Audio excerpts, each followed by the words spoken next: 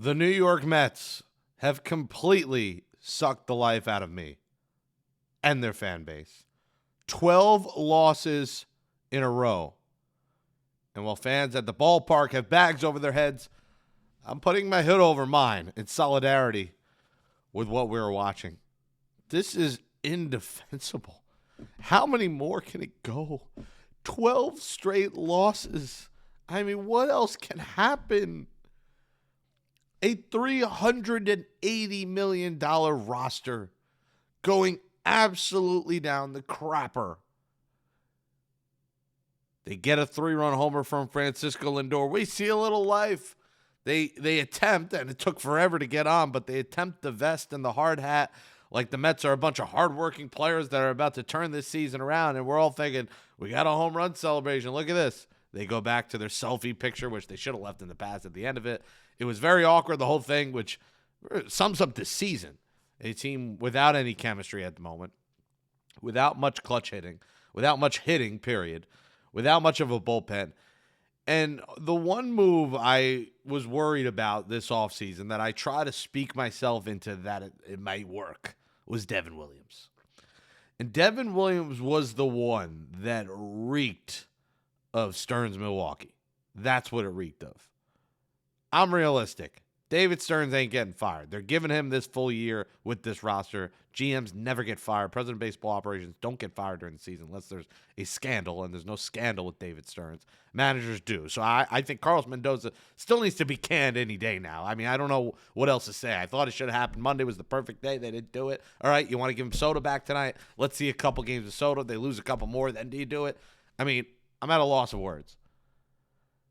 But the one move that I worried about was Devin Williams. And obviously, Mets have a billion issues going on right now. But he is one of them. Blows the game on Sunday. Does not get a single out on Tuesday, getting the loss. Devin Williams looks horrible. And he did not look great last year with the Yankees. And the worry was, is New York too big a stage for a guy who pitched in Milwaukee his whole career and dominated for a lot of time in Milwaukee? Did the Pete Alonso homer in Milwaukee break him? You know, he said it affected him early last year. Well, he still looks affected.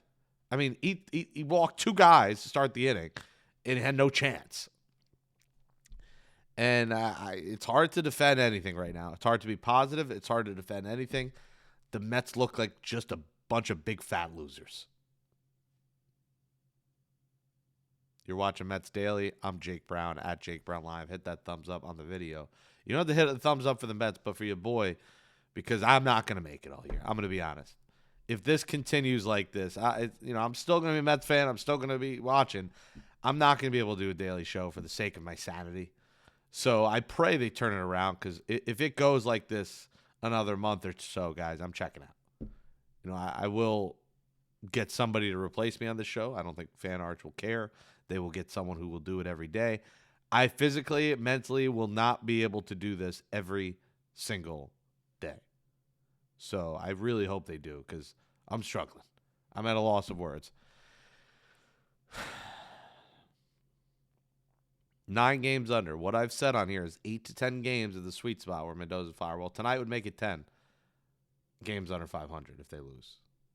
And you have Soto back, and we'll talk about that in a second, but it's 10. You know, I think the move that I would have done was sign Robert Suarez to be your closer. He's the setup man for the Braves. He's got a .9 ERA. Obviously, maybe it's different if he's in New York and he's a closer. But, that's the one that I question. You look at Bo Bichette. Bo Bichette was a good signing.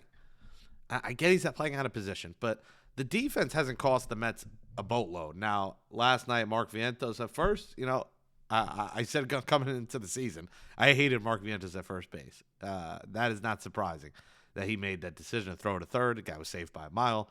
Was not a smart play. You get the shore out, get the out there. He didn't do that. But for a large majority of the season, it's just been offense not coming through. I mean, they can't survive on a couple runs a game anymore. You can't do it. And, McClain was fine. Then he kind of ran out of gas. But the Suarez moves one, and then the other one, you could argue, Murakami. They scouted Murakami, they scout Akamoto, they didn't go for either. Murakami's hitting home runs every day. I mean, if there was something that you'll over, I mean, if you sign Suarez instead of Devin Williams and you sign Murakami instead of Jorge Polanco, could this be an entirely different team right now? Maybe not, but they probably have a couple more wins. I mean, Murakami is just hitting homers every single night. I mean, he is off to an unbelievable start. So that's one I feel like that got away. You went to scout him. Clearly, they didn't think defensively he was the guy, so you signed a guy who didn't play first, and Jorge Polanco. And listen, Jorge Polanco, I didn't hate the signing at all. But you can argue that the injuries were a thing. I vouch for this offseason, and what pisses me off now is fans attacking each other. You know, those who supported the offseason said, you happy now? You happy now? And it's people come after me. When we're all in the same common goal, we're all losers in the end. We're all Met fans. We're all rooting for a team that has been a colossal failure. And now it's just gotten violent, and people, Mets fans attacking their own Met fans because we're all just mad. And I understand the frustration, but it's just like, why attack each other? Like, I still don't think going back to the core was the answer, but like I said, maybe you could have done different things. And Murakami and Suarez and Akamoto, you know, we're gonna spend a day and go through the list of what could have been. I think it's just too early to go there. But you know, I still have some belief that they turn around for the simple fact that there's 139 games to go. But for me to be like, today, this is a playoff team, I'd look like a fool. I can't go the positive Tommy route. But I also can't give up because there's so much time. And tonight is when you got to start it off, guys. I mean, Juan Soto's back. Now it's one hitter. You know, some of the changes I would make, I'd get rid of Tommy Pham. You know, Tommy Pham just stole $2.25 million. I mean, the fact he got made the roster, gets a big league check. Tommy Pham has to go. So I would have Soto come up here and replace Pham. I would send Brett Beatty down. I've had enough of Brett Beatty. He has one option remaining. Mark Vientos does not. So I think Vientos sticks around. They're not going to do it, but I would get rid of Beatty. And also 3 catchers. If you're not using 2, send Sanger down. Send Sanger down. DFA Pham or whatever the hell you have to do with him. Send him down, whatever it takes for Tommy Pham. Get him off the roster. Get Sanger off the roster. Get Soto here. You know, give Ronnie Mauricio a chance to be everyday DH. Ronnie Mauricio has been screwed. Every time he comes up here, he doesn't get to play. He's coming off a 3-homer game. Is there ever a time to get a guy in the lineup who's seeing the ball well than right now with Ronnie Mauricio? I'd like to see the Mets make some actual changes. And Soto's going to help the lineup incredibly, but stop throwing Brett Beatty out there. And we're going to come to a point, we're not there yet. Ryan Clifford hit a grand slam. He's hit a couple homers. But like I said, I think Ryan Clifford in the second half of the season might be on this team, depending on how long this Polanco injury is, how long he comes, you know, if he comes back from it. At some point later in the year, we're going to see Ryan Clifford. And I've said this over and over, I thought Ronnie Mauricio had the highest ceiling of the 4 of the, you know, the baby Mets, I guess you call them. He hasn't got that chance to see it. And I think Ronnie gets unfair criticism. He was on the team last year and never got to play. Let him play every day as DH. You've given Brett Beatty 5 years. How about we give Ronnie Mauricio 1 year? The leash has been so fucking long on Brett Beatty and Mark Vientos, yet Ronnie Mauricio does not get a single opportunity to play consistent baseball. The issue is he can't play first base, and that's the issue right now for the Mets, is that the only real first baseman they have on the roster, they have Mark Vientos. Who else do they have to play the position with Polanco out right now? If Ronnie Mauricio could play first, I'd put him there. But who else do they have to play first? I mean, MJ Melendez is the other guy. Okay, that's fine. Put Melendez at first and DH Ronnie. Get Ronnie in this lineup and see if he could spark him along with Soto. But you can't keep trying out the same players and just shifting the order, putting Marcus Semien lead off. It's not going to work, Carlos. And at some point, Carlos has got to get this pink slip. How much longer do we got to wait? But Soto in the lineup will definitely help tonight. And hopefully they stop the bleeding 12 in a row. I mean, I've taken enough punches to the face. I feel like I've been in a heavyweight fight. It'll be Prelip versus Clay Holmes tonight. Tomorrow it'll be Christian Scott taking the hill. So the Mets, another big change here. Christian Scott will get a chance tomorrow. Is it too soon? We'll see. You know, Christian Scott's been a little up and down so far in AAA. Obviously, top Mets prospect at one point. Tommy John surgery, missed all of last year. Scott's back, and let's see what he's got in the tank. Can he help this team? Can he outpitch David Peterson? It's not that hard to do. I would hope he can, but he'll take David Peterson's slot. Senga sticks in there for at least one more start. I think he's probably one more start, and then they make a decision on him. If he gets rocked again, Senga at Citi Field over the weekend against the Rockies, especially when you lose to the Rockies, I think the Mets will make a change, either Minaya or Myers. And then after that, it's going to come down to, okay, we're going to Wenninger. We're going to the AAA guys. We're going to, the farm system. But, we're getting close to a point where the Mets are going to need some kind of saviors from the farm to give them a boost. I also think, if the Mets want to be serious here, they got to send Benj down.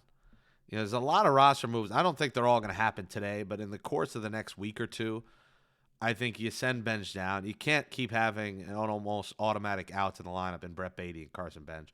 They both need to be out of the lineup. Keep Melendez in there. He's been given good at-bats. Get Ronnie in there. If you got to play Vientos some, that's fine because Polanco's out. Vientos hasn't been awful. He's been all right. But Beatty's been awful. Benj has been awful. Benj and Beatty, B&B, get him down. Mark and Mauricio, let him play. Triple M, Mark Mauricio and Melendez. But, looking forward to, I guess, seeing Christian Scott. I mean, I'm not that excited to see him. I'm not excited about anything with this team right now. But, we're Met fans. This is all we can do is just watch them suffer and lose and hope that they turn it around and hope they don't get lucky number 13 tonight. But, I think what's holding Mendoza on, by a very slight hair is Soto being out. And now that he's back, I don't want to hear any more excuses. You got your best player back, and he's basically like two hitters in the lineup. Soto's back. You lose tonight, you lose tomorrow, you're fired. Enough's enough. No one is saying it's going to change anything, but there has to be accountability with this team and with this franchise. And we know Stearns ain't going during the season. Mendoza can. Again, expiring contract, lame duck manager. Meanwhile, you have fucking Jeremy Hefner and Antoine Richardson in first place with the Braves. First place. Am I surprised that the Braves aren't first? No, first off, they're the Braves. They're never going to have 2 bad years in a row. You knew they would come back and be good. Second off, not only is Antoine Richardson and Jeremy Hefner to lead the way, Dom Smith looks like Babe Ruth. I mean, I love Dom Smith. The Mets obviously had to move on from Dom Smith, but my goodness, can we get any more just slaps in the face left and right and left and right? I mean, it's just not fair. Dom Smith balling, Richardson and Hefner. Hefner's got a bunch of no-names pitching their lights out in Atlanta. I mean, it's just incredibly unfair, man. This was supposed to be the year. I pray so. Listen, Juan Soto, save us. If there ever was a time the Mets need to be saved from the depths of hell, it's right now. You can write your own story, Juan. You want to be the face of the franchise for the next decade? It starts tonight. It starts tonight, in the words of Hugh Jackman. From now on, the Mets need to win a game, and it starts tonight. It starts tonight. A $765 million contract. You were signed to help carry this lineup. Well, listen, this lineup is beleaguered. They're battered. They're bruised. They're just getting smacked around every night. You're going to need to come here and help this team win. And whatever it takes, a walk, a steal, another steal, a grand slam, a homer, a big defensive play. Juan Soto, you're going to have to earn that money and play a massive part in turning this season around.